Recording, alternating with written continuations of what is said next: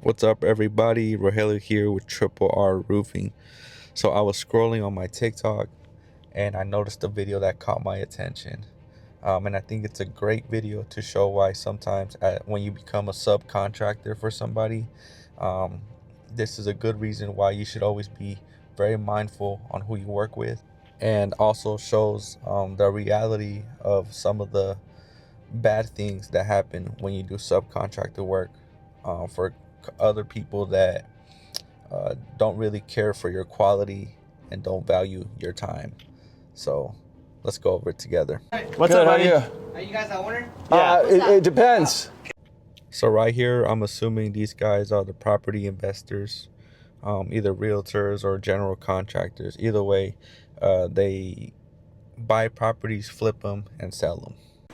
I live down there. Hold on one sec. Hey, Maynard, I got a roof that I need. So it looks like he had a roofer of his on the phone already, and a neighbor walks up to him asking if he's okay with giving him the roof for a certain price. You to do. You can give me a price on it. The guy next door is going to bid on it, so you better come in low. You better come in low.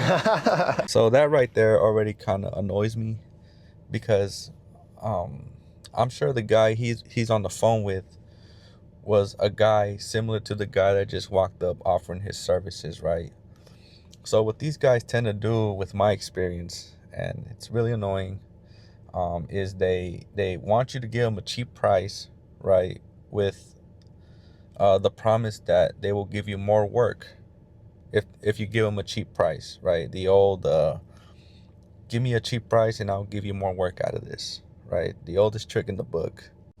But from my experience, what I've noticed with these type of people is that the more jobs they give you, the cheaper they want them. Every job they give you, it's lower and lower, meaning you're staying broke and keeping them rich. You know, that's what I noticed, and it didn't sit right with me.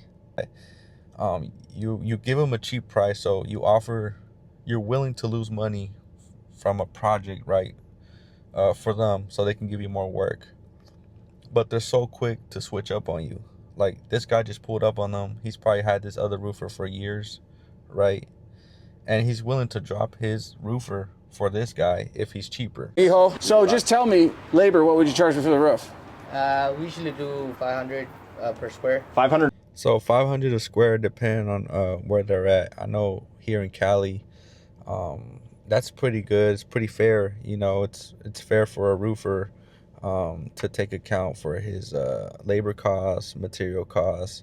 You know, as a subcontractor, I actually charge more than that, because I have to account for my profit and overhead, which a lot of contractors actually don't think about. A square? Yeah. That's crazy. That is crazy. I got a guy that'll do it 60 a square. 60. The old, I got somebody that will do it cheaper.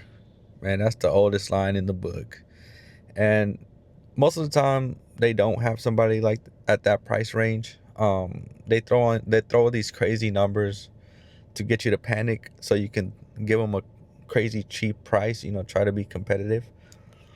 But you know, I always say stay firm to your price, and don't lower your standards to get a project. Not all money is good money. Okay, getting a yes to every job is not going to get you up there. You know, you don't want to stay really busy. You know, you want to stay busy with the jobs that will make you successful. You know, and being busy with these type of guys, I guarantee you, it's not going to get you up there. It's going to keep you working for the rest of your life. You know, so I guess it just depends on what future you want. Do you want to continue working for the rest of your life, or do you want to grow a successful business? And you know, what determines that for you is working with these type of people, knowing the difference between who brings value to me and who doesn't.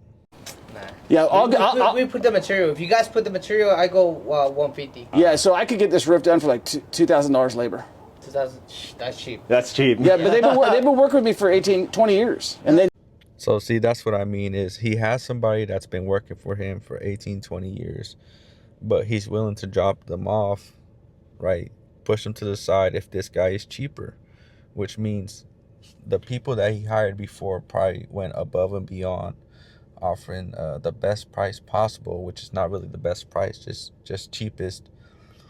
They're willing to lose money. They're willing to do work that's basically not worth it. So they stay working. That's basically it. And he's willing to drop them for this guy if he's cheaper. So there's not really a good business relationship there. It's kind of like backstabbing somebody. Never run out of. They never. That's why I just called him and said I got a roof for you. He does work for me full time on the other stuff. You'll knock this out in what, one day, a day or two? Nah, this one's gonna be like 2 days. So 2 days. Already out there, and it seems really bad. So Yeah. How profitable is that for you though? You're gonna charge me like a $10,000 roof, $12,000 roof, right? Mm-hmm. yeah, And you'll make like between $8,000 and $10,000 on that roof. nah. Probably like 5 or 6. No. He's making. So that right there is another thing that annoys me, is when people try to tell you what to charge. So I'm giving you a quote for a reason. It's because I already accounted for material, labor, profit, and overhead. That's what the price is. That's what it's going to be. Okay? No one's going to tell me I should charge this much instead. Like, that's not how it works. I'm giving you a quote. Either you want to do it or you don't. And I guarantee you that what's going on right now is these guys already priced the roof at a certain price, but they don't know anything about roofing. So most likely they charged it really cheap, not at market value. Okay? So that's what these guys tend to do is when they do full house flips, property investors, they don't know anything about certain things and they price it at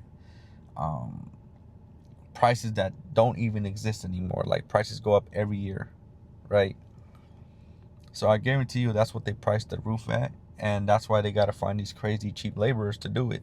Between 8. I know the math because that roof is $2,500 of material tops. Yeah. Well, you got the decking boards you got to replace. There's not all the decking is bad on that one. No, There's quite a bit. It's full redeck. The guy was living here. Yeah, Freddie? Yeah. So that's another thing we got to be careful with, right? So that guy that pulled up on them, asking if they're willing to give him the job, he already looked at this roof. He knows what's going on. That's why he priced it at that price. He knows what materials need to be done, and he knows how much it is for labor, right? So he's saying that that house need a full redeck, which means the whole house basically needs new plywood installed. So it's really damaged. It has to be. The main guy, the investor, is saying that there's not much dry rot damage. And that goes to show you that this guy doesn't know anything about what's going on with this roof, right? The roofer does. He looked at it. He says this needs a full redeck. So that means it's really messed up. And the other guy is saying that it's barely any repairs. So then that means he didn't account for that cost. You know what I'm saying? He's missing out on thousands of dollars right there. So what's he going to do? He's either going to make you, the roofer, cut corners to fix that dry rot enough to pass inspection, which most of the time bites the roofer in the ass because the workmanship is bad. So say when they sell it, the buyer gets his own inspector to inspect the roof, and he sees all this crazy, ugly work. Who are they going to blame? The roofer. They're going to want the roofer to fix it for free. And I know because I've experienced it before. These guys don't want to pay. They want you to do it the cheapest way, so you do it because you want to keep them happy.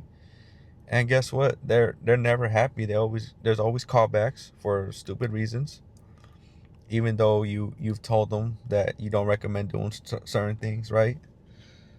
So it's just you as the roofer working with these type of guys, you don't win at all. He told me to go ahead and fix it, and he never paid me. I'm like. So yeah, this is basically a video I wanted to share because I know a lot of us go through this, and those new guys coming up, just be careful on who you work with, right? Not all general contractors are bad investors, right? There's a lot of good ones, but you got to be very mindful on keeping your prices at a cost that's not going to run you out of business. Really think about what your material and labor costs are. Really think about what your profit and overhead costs are as well, Because if you don't take account to these prices, you just say yes to every job they give you, you're going to stay broke, and you're going to keep making them rich, and they're going to keep using you up until you can't do it anymore, until you're out of business, So just think of it this way, right? Like, why give these guys your all if they don't value you? They don't value your quality. They don't value your communication. They don't see that you go above and beyond for them, right? And just know that you can always be replaced by somebody cheaper, So if that's the type of people they're looking for, then it's best to avoid them. So that's pretty much it, guys. I hope this video was helpful. And yeah, stay firm on your prices and let's get these wins. Nothing but wins, baby. Let's go.